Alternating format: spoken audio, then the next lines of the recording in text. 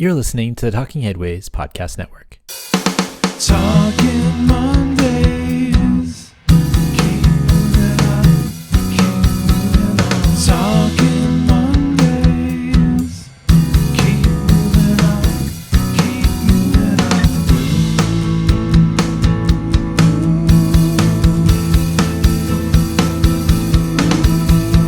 Talking Mondays. Keep moving on. Happy Monday. This is Mondays at the Overhead Wire, sponsored by our super generous Patreon supporters. I'm Jeff Wood, your host, and joined by Han Solo. That's right, every Wookiee's favorite right-hand man. We're Han Solo this week and ready to go.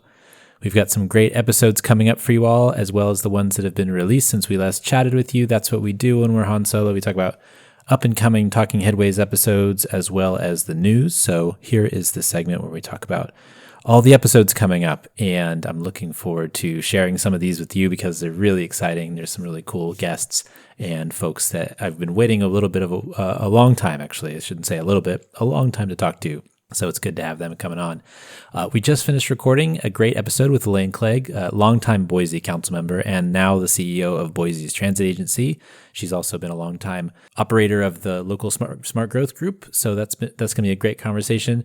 You probably heard Angie Schmidt's episode last week where we dove into the vibes of travel before and during the pandemic. So hopefully you got to check that out. Got lots of great responses to that one. Also, Beth Osborne's episode seemed to really elicit some great reactions as well from people.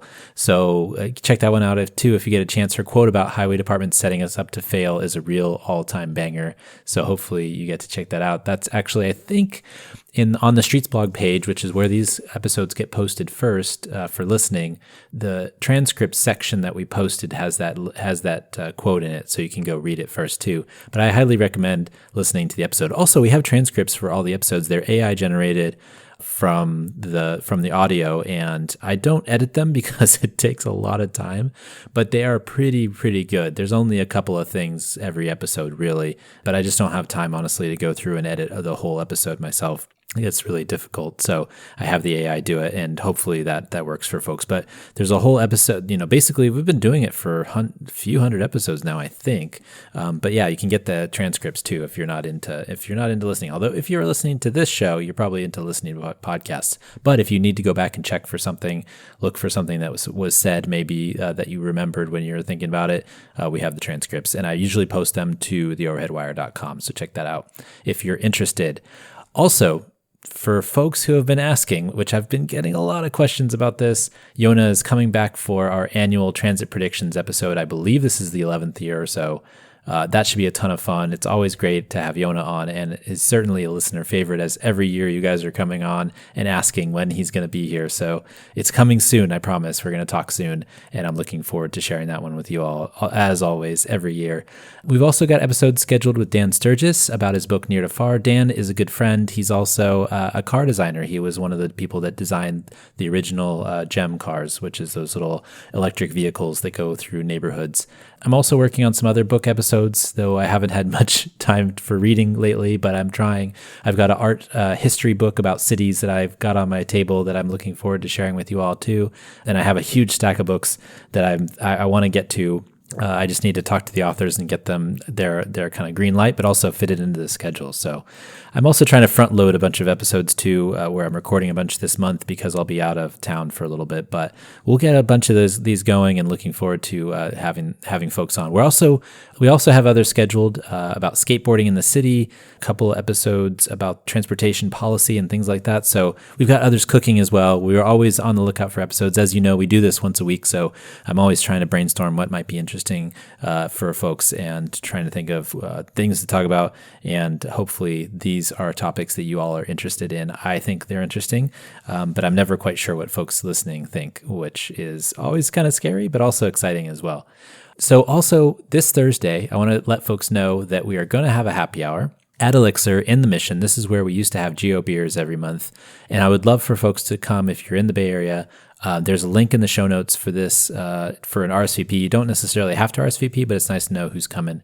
I know that sometimes RSVPs are kind of, you RSVP and then don't come. There's a real huge discrepancy between who says they're going to come and who comes. But it's kind of nice to know how many people abouts we're expecting. So this is going to be put on with the Urban Environmentalist Bay Area, which is Zach Subin's group, also Streets for People, and Seamless Bay Area, which we love the folks at Seamless. They do really great work, and they're going to be co-sponsoring it as well. So come hang out, Elixir, Thursday at 6 p.m. I'm sure there'll be a bunch of folks there chatting transportation, chatting urban planning, and we'd love to see you. So come check it out. We're also going to try to do some more of this stuff more often. I really need to kind of get out and see people and hang out if I can. And maybe we get back to kind of that schedule of the Geo Beers where it's like once the first Thursday of the month, folks coming and hanging out. So come check it out if you get a chance. We're going to be there. I'll be there on Thursday and looking forward to seeing folks. Okay, thanks to everybody who has been ordering Bus and Bike scarves. We really appreciate it. I'm starting to whittle down on my collection that I have here and sending them out to folks. As you know, for the Monday show, we have a 25% discount just for Monday's listeners. So email me at theoverheadwire@gmail.com if you want to get some in on some of that sweet action. We really appreciate everybody ordering and checking out the scarves and wearing them and then posting them online. I know that folks have been posting them. Greg Rogers had a great post going to a meeting where he was wearing his bike-only scarf, and so that's great. I love to see those. And people, the Indianapolis folks, and I'm so angry that what's going on in Indianapolis. We don't have a post about it today, but they're trying to take away the bus lanes there, from ever happening. Basically, they're not trying to like rip them out of the ground, but they're trying to say you can never build bus lanes, which is stupid. And I always call this like the lowest common denominator of bus, transit advocacy opposition, which is like you want to build a subway, they're like no, it's too expensive. Build light rail. You want to build light rail? No, that's too expensive. Build bus rapid transit. You want to build bus rapid transit? No, that's too expensive. Let's build frequent bus or whatever. And then they're like, oh, no, that's too expensive. And basically you're left with nothing. And then they say, well, transit doesn't work. It's not working. And because they didn't let you build any of the infrastructure and they didn't let you provide the service that you need to provide. And it's really frustrating. So in Indianapolis, the State House, there's a guy that's been trying to do this for years and years and years to try to cut out the bus lanes on these roads. And some of the advocates there have been wearing the bus only scarves when they went to testify. So awesome use for that. That's basically why I designed them. That's why I wanted them to be out there so folks can get them out there. I know it didn't work this time because it's passed out and maybe get voted on soon. I'm not quite sure of the timeline, but I'm really excited that folks have been able to use them for what they're meant for, which is advocacy. And I'm really excited about that. It's so awesome. And so, also thanks to everybody who supports the show, who's a Patreon member. We couldn't do this without you. Really, really super helpful. Also, the folks that, listen to the episodes every day. We also have the scarves. We have the bookshop site. We have the Cars Are Cholesterol t-shirts, all kinds of merch. You can subscribe to the newsletter as well, which is, basically my work here is the podcast and the newsletter. This is what I do for a living. So I appreciate all your support. It's really, really appreciated. And listening to the ads before and after the show really does help too. And I know some of them are boring. Actually, this week they asked me if I wanted to have regular, I have like a setting on Libsyn that allows ads. And I'm like, they're like, you can make more money if you have these types of ads. And they're like business ads. And I was like, does it include car commercials? And they're like, yeah. And I'm like, nah, it's okay. We're only going to stay on the same setting. So if you listen to the ads, it's super helpful. I know that they're not always the most exciting ads, but I don't think that they're going to be car commercials too. And if they are, let me know and I'll try to work that out. And I know that that's been frustrating for folks in the past. I know at some point in the past, we also had a anti-transportation policy commercial that was political that was accidentally slipped in at one point. So they apologize for that. But the ad thing is kind of weird, but it does help out. There is a bit of money that comes in from that. So I appreciate folks that listen through the ads as well. And so, don't forget to order the books that we've covered on the show through the bookshop site, bookshop.org/shop/the overhead wire, and then the t-shirts, bit.ly/carsarecholesterol. Check those out if you get a chance. This is episode 147. We're live and in session, and I don't know why, but I'm feeling good. I'm feeling happy, and I'm looking forward to sharing some of the news that we've got going on. But before we get to the show, I want to let folks know that they can get this podcast or Talking Headways, wherever you find your podcasts, including iHeartRadio, Spotify, Overcast, Pocket Cast, and of course, Apple Podcasts. Make sure that you also sign up for the Railvolution podcast, which is now called Impact, and check that out as well, because some of our shows that come on later here will come on there first. So definitely check out the Impact podcast if you get a chance, MPACT, and you can get that wherever you find your podcasts as well. Okay, so the news. This is what you all are here for. This is what I love to share with folks. This is what the Overhead Wire likes to do. The news is coming from our newsletter, which we do daily. And basically, if you want to sign up, you can go to theoverheadwire.com. At the top right of the site, there is a box where you can click to sign up for the newsletter and do that. And you can get a free 2-week trial. And then after your 2-week trial, I hope you sign up for the newsletter for the long term, because it's a really great resource. We go through 1,500 items every single day and we pull out our favorites. And then, this episode actually is from that. So all the folks that are subscribed to the newsletter and are clicking on links, that's how we get some of these top news stories and we can share them with you. And we really appreciate that. So without further ado, the first one up. Oh, and I should mention that today I'm going to do a little bit less commentary, a little bit more articles, because there's a lot of stuff to go through after every 2 weeks. I feel more and more crunched every time, but hopefully we can get through these. And hopefully we've got some good items that will speak for themselves as well. I'm sure I'll throw in some stuff because I always have thoughts. I always have thoughts and ideas and feelings and all that stuff. But this is a good one for sure. Okay, transit agencies are climate agencies. Around the country, many state departments of transportation are continuing the business-as-usual approach to transportation that, to them, means expanding roads. But these approaches fly in the face of some of their own departments' climate policies that are intended to reduce emissions in transportation. By funding transit expansion and maintenance, states can expect to reduce emissions. While some states like Colorado and Minnesota are moving in that direction, more need to follow to tackle the climate issue. This was by Emily Pontecorvo in Heat Map. And I totally agree with this. I mean, I think that I actually would tie them even more closely. I wish that we had some carbon trading schemes or carbon tax schemes or something along those lines where transit agencies could actually get some of the credits for the amount of reduction they do, especially like places here in San Francisco or Boston or big cities, smaller cities too, of course. But I think that with some of the fiscal cliff stuff coming out, it would really be great to have that funding available through some of these mechanisms where you're pricing carbon. We're saving carbon by taking transit, by walking, biking, those types of things. What if we could pay for some of that stuff? And I have lots of crazy ideas too about what if cities actually bought their power companies and then decided to provide power to folks and then use some of the excess profits instead of giving them to stockholders. You can actually give them to agencies to fund transit operations and things like that. I got lots of big ideas, but we'll see. We'll see if those actually come to fruition. I think we need more robust climate laws first, but there's lots of things you could do to fund transit. So yes, transit agencies are climate agencies reducing emissions. Also, I noticed I did talk about business as usual, and I know that here in the Bay Area they're talking about a ballot measure for a specific, basically going to the voters and asking for money for funding transportation measure.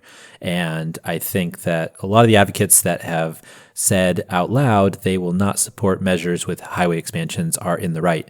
And that's because I don't know if there's actually any place to put highways in the Bay Area. There's no space. And if you expanded, you have to take things. And taking things is not good. We already took enough when we built them. And so let's expand our transportation options. Let's expand our transit. Let's expand our service, those types of things. If we're going to have a ballot measure, it would be good to have big projects that work for everybody. And actually, maybe not as many big projects, maybe a ton of small projects, like little things that can actually connect the network, like what we talked with Thomas a couple episodes ago when we were talking with him at Impact, Thomas from Nelson Nygaard. So lots of little things we can do to actually speed up the bus, speed up transit that won't cost too much, but they do have an expense to them. Okay.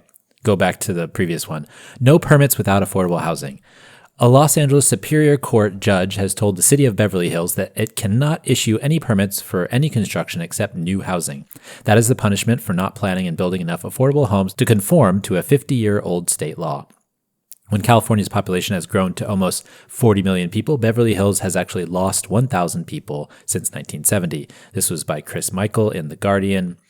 Yeah, that's a great solution. Why not, if you're not going to build any housing and if you keep blocking it, why not be able to build anything? And that includes grottos or pools and basements or whatever they do in Beverly Hills. I think that's the perfect place to make that target. People would not be happy about not being able to build their grotto. This sounds ridiculous. Okay, and instead of affordable housing, come on. $80 billion for transit operations. Representative Hank Johnson of Georgia introduced a bill that would provide up to $80 billion in federal funding over 4 years for transit operations at agencies around the country. With a fiscal cliff coming for many agencies that are in a deficit because of inflation and slow ridership rebound after the pandemic, the funds would be a lifeline to preserve and expand service. The program is meant to support more transit services in rural areas and communities with higher levels of poverty. This was by Dan Zukowski in Smart Cities Dive. Yeah, great bill. I would love to talk to Representative Johnson about this, and I think that's really exciting that we're trying to. There's also like 80 co-sponsors too in the House, so that's pretty cool. Yeah, this is really cool, and I hope that we can start to think about funding transit operations at the federal level. I know that they've never done it in the past, and there's reasons for that. And I think Beth talked about that on the last episode. But we really need to focus on trying to figure out how we can keep these deficits from getting too big to where transit agencies are spiraling out of control and not being able to provide service that creates those climate benefits that we talked about earlier. And then we need to get more service so they can get more people riding. I think that's a big thing too, is, a lot of folks aren't riding because it doesn't work for them, and we need to make it work for them. And if that means spending a little bit more money, I think that's a investment well spent. Next up. The Introvert Economy. The pandemic profoundly changed American life and in many ways sped up existing trends in socializing and nightlife experiences.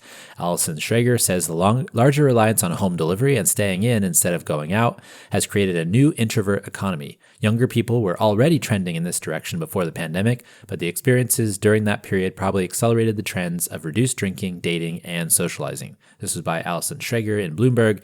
This kind of gets to the heart of what Angie and I were talking about in that last Talking Headways episode as well, where there's a discussion about trip making and reduced trips. The reduced trips were already happening in young people, and people were talking about why younger folks aren't getting driver's license and things like that. And I think this is part of it, is that their socializing has changed. They're mostly spending a lot of they're spending a lot of time online, and while not everybody does, I feel like there's a lot of that happening where they're connecting with their friends online. They're meeting people in different states and areas where they can talk about things that they love and not even have to leave the house. And I remember doing that a lot when I was younger too. If you don't have a lot of money, if you have a computer and you can hang out with your friends, that's good. You can play video games or whatever it is. It's really fun. But at the same time, it's also impacting kind of the economy overall in terms of how it used to be. I'm sure things will evolve and change, but it's definitely impacting those industries that depended on people going out a lot. And so things are changing. It's interesting to see where that's going to end up. The housing shortage is reorganizing environmentalism. After the city of Minneapolis made some regulatory changes to its zoning and development codes to allow more missing middle housing, opposition groups came out to sue the city to stop the changes, citing Minneapolis's environmental laws.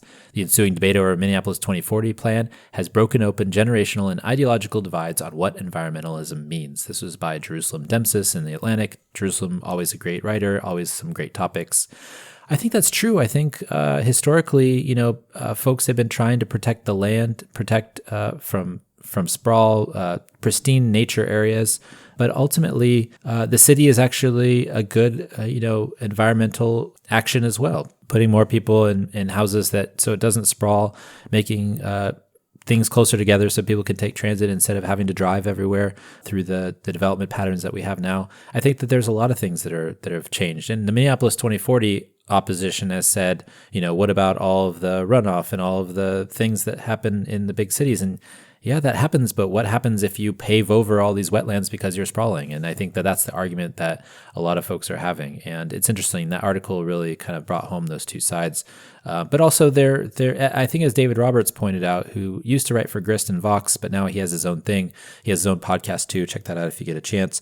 But as he noted, there's some folks that are making, basically arguments that shouldn't even be entertained. And that's unfortunate too. There's a lot of NIMBY arguments and folks that are against things that you shouldn't even listen to, because they're not worth listening to, because they're just opposition for opposition's sake, because they don't want things to change, not because they have a policy idea behind it. And so some of these things shouldn't be taken seriously. Some of them should, but there's a difference generationally in how environmentalists are treating things, and this new generation of environmentalists sees things in a very different way than the older guard.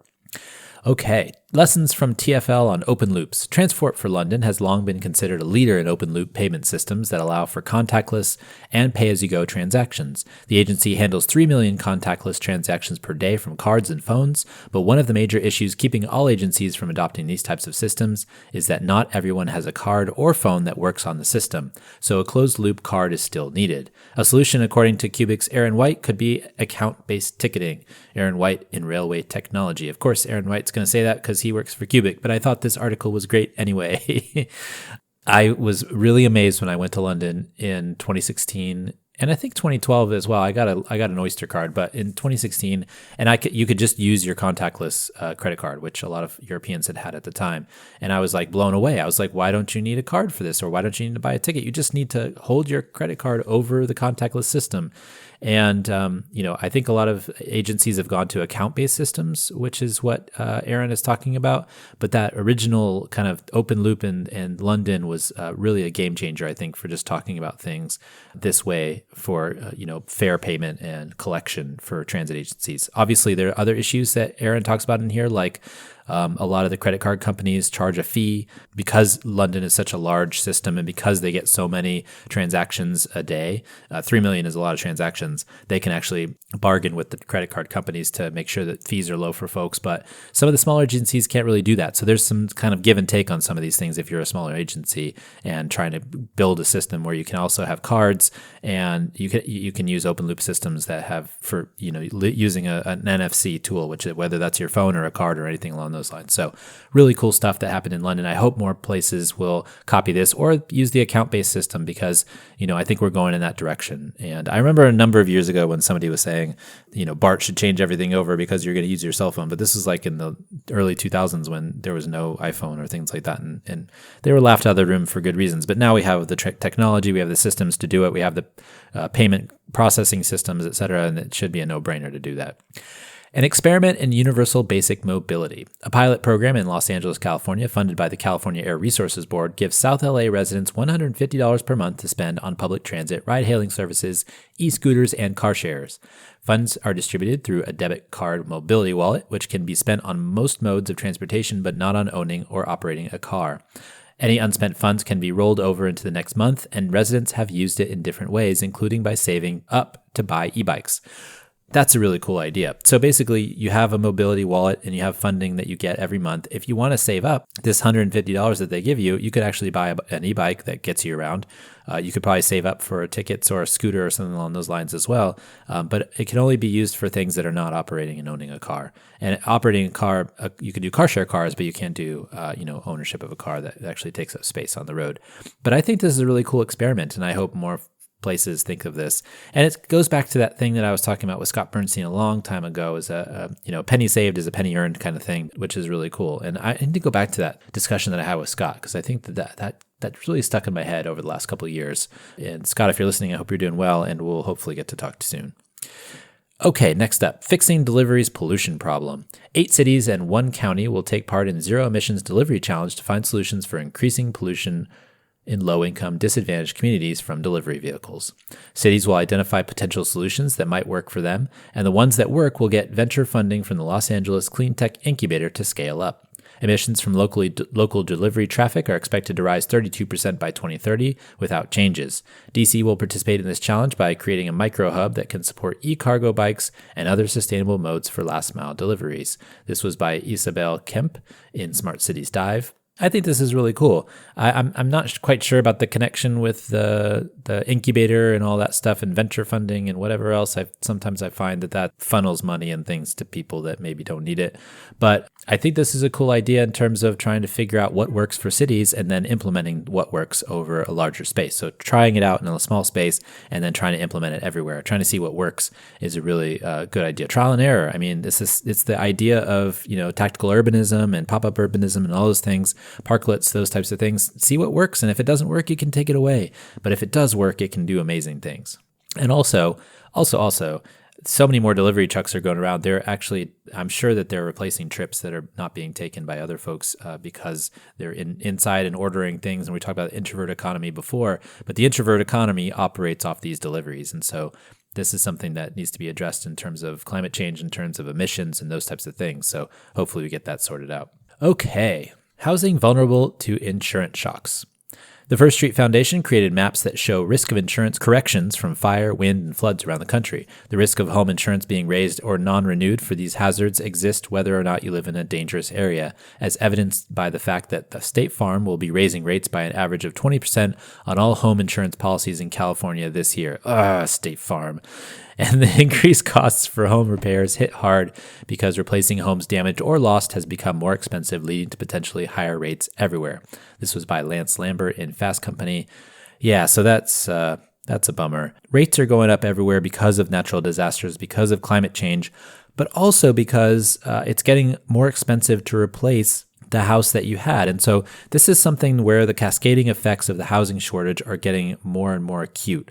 Because it costs a lot to build a house, because there's a shortage of labor to a certain extent in the trades and in construction, it actually costs more to build a house. And so if you lose a house, it costs the insurance company more to replace that house at full price through the costs that you're paying in your insurance rates. And so it actually, because of all the houses that are lost and damage due to climate change, there's this additional issue, which is because we have a housing shortage, especially here in California, it's more expensive to do things generally and build a house and whatever else, that they're going to raise rates. So it gets more expensive overall. So it's like this endless loop. It's a doom loop of costs that come up. So it's really annoying and really unfortunate. And what we should do is build houses so we can bring down the prices. And then if we can bring down the prices, our insurance rates will go down, and that will be a huge, huge deal.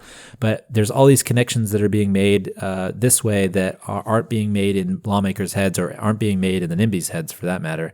They don't realize that by not building houses, you're just making your insurance rates go up. Another thing that happens, prices of housing is going up, insurance rates are going up, all these, you can't get insurance. It's just really frustrating, and we need to fix that and fast. As we always say on the show, of course, we're definitely about building housing. Any type of housing. It doesn't have to be, it can be market rate, it can be affordable housing, social housing, whatever it is. Let's just build more housing. Okay, finally, in the main section, preventing America's older buildings from collapse. 4 recent high-profile building collapses in the United States were preceded by warnings in the form of deteriorating conditions witnessed by residents and documents submitted to city officials clearly showing problems. To make sure catastrophic building collapse don't continue, Drexel University professor Abiyua Aghiyiri argues cities need to up inspections and residents need to speak up when they see potential signs of trouble. This was in the conversation. Yeah, great. I think this is great. We need more inspections on these older buildings. Condos that were built in the 60s and 70s are now coming up to the end of their useful life. A lot of the condos and stuff that were built were in the 60s and 70s. I know this because there's a building across the street where they took out 3 Victorian houses and they built a really big building, which is totally fine. It's what they did. It's done. And they built a lot of housing, actually. There's a lot of units that go in there that has a greater density than the whole street almost. But at the same time, they had to do some earthquake retrofits. They had to do fixes. They had to make changes to the building. And then, basically, there's a lot of work that needs to be done on some of these buildings. And we need to pay attention to what's happening, especially in earthquake-prone areas. You don't want any of those failures to be caused by an earthquake or actually happen ahead of time before the earthquake happens. So you have these issues, you need to fix it, you need to figure it out. And sometimes that means some of these buildings and some of the owners are going to need to pay more here's the insurance thing again, but also more for fees and dues and all that stuff. So some of these buildings, I think like the one in Florida, they didn't want to pay more per household, but it's going to be expensive. And so that might also affect the costs of these buildings and the resale costs and all those things, but you don't also want a building collapse either. So that's an issue that hopefully we deal with. Okay, here are the bonus items. These are the items that I felt were interesting, but maybe didn't get clicked on as much. And we share them anyways on here because I think that they're worth talking about, or at least worth sharing so you have an idea of something that's happening out there in the world. A report from ITDP and UC Davis makes the case for sustainable mobility connected to compact communities. It estimates that the public expenditures on transport could be reduced by $2 trillion by 2050, or $2,000 per household. This was by ITDP Transport Matters. Yeah, compact communities, sustainable mobility, saving you money, putting it back in your wallet for sure. Don't spend as much, you're going to save money. $2 trillion, that's a lot of money, and that's a lot of sustainable transportation. I hope that we can do that. It doesn't look good right now, but we're trying. With the announcement that an open air plus pool in the East River will finally get some funding, Dwell shows the 14-year timeline of how the pool went from idea to funded. I don't know sometimes how I read things, but though the announcement was bittersweet to the designers worried about displacement. This was in Dwell magazine. I guess some of the designers were worried about that pool would make the East River popular and then more displacement would happen because of gentrification and things like that. That's kind of a tough deal, but basically they've gotten funding for the pool now, so I guess that they're going to build it, maybe. We'll see. I should say, I'm also really interested in this kind of back to river, back to pool idea. I know Paris is trying to make sure that the river is clean enough to swim in for the Olympics this summer. And so it's really interesting to see all these cities trying to figure out how to build pools, build waterways, or clean up waterways so that they can have pools. And some of this is like in areas that are, the pools are being built in ways that are like not necessarily part of the river, or the water is filtered before it gets in the pool, or those types of things. But I think it's really interesting that we're thinking about sustainability in this way of refreshment and also cooling, urban cooling as the heat island effects ratchets up. Seoul, South Korea is piloting a climate card that allows ultimate and unlimited transit trips for $47 a month to boost transit ridership after pandemic drops. Another $2 gets you unlimited bike share trips as well, so $49 a month. They hope to boost transit ridership with the card, which is a pretty amazing deal when you think about it. So I think we should all call our transit cards the climate cards. This goes back to that same thing where the transit agency has a climate agency kind of thing. I think this is really interesting. I also think that companies should be paying transit fares for their workers and figuring out ways to get all their workers climate cards or transit cards or whatever we want to call them. I know that in Seattle they've been doing this for a long time, trying to get the companies in the region to buy up all the transit passes so that they can fund operations, which is just a really good idea overall. If transit agencies have a program that's working on that, then I think they can actually make up a lot of loss and get more people on transit to go to work. A new study by Redfin found that empty nesters in the boomer generation own twice as many large homes as millennials with kids around the United States. There's also no indication that this will change with low interest rates locked in and many homes paid off in the boomer generation. This was in Redfin. So basically, the folks who are boomers and also are basically locked into their interest rates at 2%, maybe 3%, are not going to go anywhere, and they're the ones with kind of houses with extra rooms that millennials with kids could use. But I'm not sure if I'm really a fan of trying to tell people to leave, but we should give them the opportunity. If they want to leave, they can, and go to smaller housing units if that's what they want to do. But I don't think removing people is really the good idea, because people want to age in place if that's their community, if that's their place. But what if in their community they actually had another place to go so they could stay in the same place? That's kind of the idea between these smaller units, maybe apartments or something along those lines. So building more housing, again, it's a big topic, obviously, but that's something that might help. Affordable housing is getting more expensive for cities to build each year. Diana Lynn suggests that the best way for cities to get more housing is to not build it, but buy it. This is in the Philadelphia Citizen. So here in the Bay Area, and I totally forgot to look this up before I got here, so sorry about that. And I guess I could look it up now, but I'm kind of lazy. There was an apartment company that went into bankruptcy, and they sold like 2,500 units. And I was really surprised that the city of San Francisco or the state didn't just try to get in on it was like it was an auction. And I'm really surprised that the city didn't get in and try to buy these, like, they're basically kind of rundown units. They could have made some fixes and buy it as affordable housing, because instead of spending all that money trying to cobble together resources and building affordable housing that often costs like $800,000 a unit, you could have bought a ton of units, 2,000 something units off of this bankruptcy, and the city would have had it and owned them, and then they would have been able to fix them up. I was just surprised that the city didn't even go after these units. Their apartment buildings, they probably needed a little bit of help, but some other the company that actually walked away from the Emporium down in San Francisco, where all the stores are leaving, the Nordstrom left and the Lego store left and all those places, but they walked away from that lease and just gave it back to the lender, which I feel like you shouldn't be allowed to do that. But anyways, they bought up all these housing units through auction, and I don't know the exact price. I probably should look that up. Okay, so I looked it up.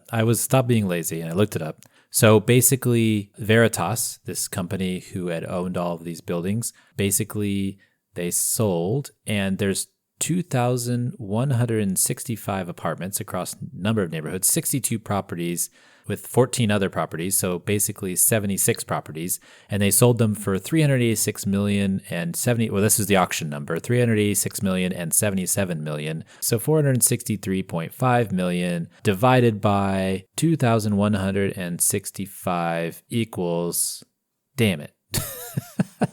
Okay, so I just did the math. I was doing the math, and then I stopped the recording, and then I did the math again.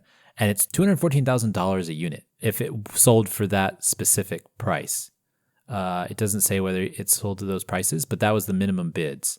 So basically, the city of San Francisco was not able to get 2,165 units for $214,000. You could have, even if you'd spent $100,000 renovating each unit or the buildings, that's still $300,000. That's now it costs like $800,000 to build a building. What were we doing? What were we doing? Why didn't we buy this? I don't understand. I tweeted about it and nobody really responded either. I have no idea what we were doing. Anyways, I guess that's for another show or episode or something. That's bonkers. So anyways, Diana Lynn says we should just buy the units instead of trying to build them in the Philadelphia Citizen. Diana has a Substack too that's really popular. Folks should check out if they get a chance. But yeah, that's crazy. So here in San Francisco, we're not doing that. We need to do it. $200,000 a unit is a steal, even if the buildings need work. So yeah, we should. Oh my gosh, that's crazy. Anyways, FEMA recently announced 483 community disaster resilience zones that will get priority funding for climate-based mitigation and resilience projects. The zones were selected using the new economic justice screening tool that shows the most vulnerable areas in the country, and researchers suggest it might be a watershed moment in how economically disadvantaged areas recover from natural disasters. This was in Smart Cities Dive. Really good stuff in Smart Cities Dive lately. So yeah, this is pretty cool. They're basically using this kind of screening tool, which I think is modeled after what the folks at USC did and that I've talked about a number of times on this show. But really cool that they were able to do that and figure out a way to actually divide money and get resources out there equally, especially for economically disadvantaged communities. This is an environmental justice issue, something that needs to be addressed because some of those communities who are low on the totem pole often don't get funding, even though they're the ones that are going to be the most impacted.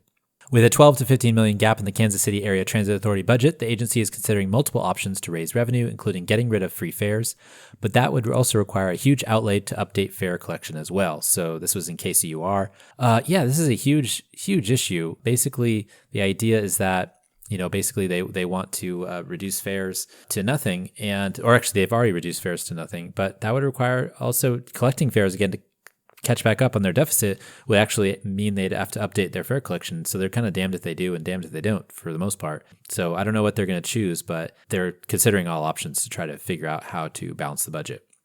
Okay, during the oil crisis in the 1970s, many states began allowing right turns on red to keep drivers from idling at intersections. But with increasing fatalities on American roads, the practice is many times unsafe and could be one part of the solution to the problem of traffic collisions. CNN, yeah, totally. I want to hear somebody's thoughts on the oil crisis and kind of the diverging places between us and like Europe and the Netherlands and stuff. There's some really interesting stuff that could probably be said for that. A new technical urbanism setup with temporary Jersey barriers found that speeding was reduced from 42 miles per hour to 36 miles per hour in a 35 mile per hour zone, and traffic crashes were reduced from 30 to just 8 in Indianapolis. It also reduced instances where drivers used turn lanes to pass illegally. This was WFYI in Indianapolis. I think that speaks for itself. More road calming, more traffic calming, more road diets. Barcelona's sustainable trips are up 20%.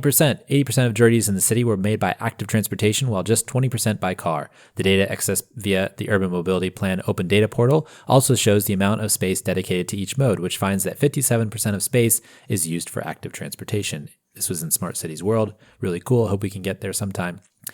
And increases in potholes and worsening road conditions are getting worse, and experts believe that's because of the increasingly intense weather events brought on by climate change. Freeze and thaw cycles are increased, as well as more extreme rain events, leading to more damaged pavement around the world. This was in BBC Future. And finally, Oklahoma City will be the home of the next super tall skyscraper in the United States. The city isn't so sure it will ever happen, but the developers believe that the high-growth city can support such a structure. Also in CNN, I don't actually think Oklahoma City can support a super tall size skyscraper. With downtowns in the state that they're in right now, I don't think really anybody can support it. I mean, if they want to build their thing, yeah, but I don't know if they're actually going to fill it. That seems like a stretch to me, but to each their own. If they want to try it, go for it. I don't know if they're going to get any city resources. I hope they don't. But the city seems to think that it's not going to happen. Okay, so, that's the news. This week and every week, I want to thank our generous Patreon supporters. You guys are awesome and keep the show going by listening and supporting each month. This show and Talking Headways really wouldn't be here without it, so thank you very much. And you can support the show by going to patreon.com/theoverheadwire. We've had people sign up each month over the last several years, and we're really appreciative of that. $2 a month will get you some stickers and a handwritten note. $10 a month will get you our bus-only scarf, or our bike-only scarf if you pick that one. Also, I want to mention we did produce an audiobook version of Raymond Unwin's 1909 classic, Town Planning and Practice, and also check out the show notes for all the ways that you can help us out and keep the show going. We really appreciate you all listening and supporting. It's awesome that we get to keep doing this every week, Talking Headways and Mondays at the Introvert Wire every other week. Listener questions and comments. If you have any comments or questions, feel free to tweet at us, comment on any of the social sites where the podcast appears, or feel free to email us at theoverheadwire@gmail.com. Thanks so much to the folks who've been commenting on LinkedIn and other social sites. Ryan Wozniak, as usual. A shout out to Sam Sklar and Solomon Hiley for commenting on the Talking Headways episodes. I really appreciate, not just for this show, but anytime you guys want to comment. And of course, Jeremy Krall. Really appreciate you guys talking and sharing stuff online and also emailing in and stuff like that. So really appreciate it. Make sure that if you want to talk with us, email us at theoverheadwire@gmail.com. We'll get your question or comment on the line. It's a funny joke from a movie. Anyways, if you want to get a question or comment, feel free. I'm getting kind of pitchy here. Yeah, puppies and butterflies. Let's go to happy stuff. Happy stuff. I've started happy. Let's end happy. This is the part of the show where we talk about something fun, interesting, or maybe it shouldn't fit in the other sections. This Thursday, February 1st, happy hour at Elixir in the Mission at 16th Street BART, up the road a little bit, take a couple blocks walk, get you some pupusas afterwards. They're the best. Come join us, hang out for a bit. I'm hoping that we can kind of revive the first Thursday of the month that we had going on Geo Beer. So let's figure that out. Come join us and we'll talk about it. It's always great, have a standing get together and have people hang out and have something on the calendar each month. I should note the Elixir, they have two parklets outside, so I'll probably be at the parklet outside and go in to get a drink if you can. But there's places to be outside and places to be inside if you feel comfortable doing that. Come check it out, hang out. Also, another thing, I have a recommendation of shows, a new show that I started watching recently. My wife and I started watching Jetlag, the game, on YouTube. I know that they're on another channel called Nebula first, but it's super fun, and they do things like trying to get from one side of the country to the other, like they're in a video game. They use different transportation modes, though it is a bit disappointing that there are more cars and Uber than there is transit, but they use Amtrak and things like that from time to time. I definitely recommend it if you're looking for something fun or lighthearted. There's no seriousness in this show, and so anytime I can find something fun or lighthearted or comedy related, I'm in, because there's so much serious going out in the world. So I really appreciate that. Jetlag the game, check it out if you get a chance on YouTube. Okay, so finally, you can find me on Twitter at the Overhead Wire. I'm posting there still. There's still a lot of people there that are talking about really interesting stuff, so I'll be there for a bit. Twitter at the Overhead Wire or at theoverheadwire.com. You can find me on Mastodon, the Overhead Wire at sfba.social. You can find me on Threads at the Overhead Wire. You can find me on Instagram at the Overhead Wire. You can find me on LinkedIn, Jeff Wood, and all over the socials. So make sure you comment on any of the social sites where the podcast appears, and we'll be there. So follow us on all those channels if you want to see what we're chatting about. Thanks for joining us at Mondays at the Overhead Wire. Thanks for putting up with my crazy math skills that are so bad. And thanks to our generous Patreons for supporting this week's podcast. We'll see you next time. Talk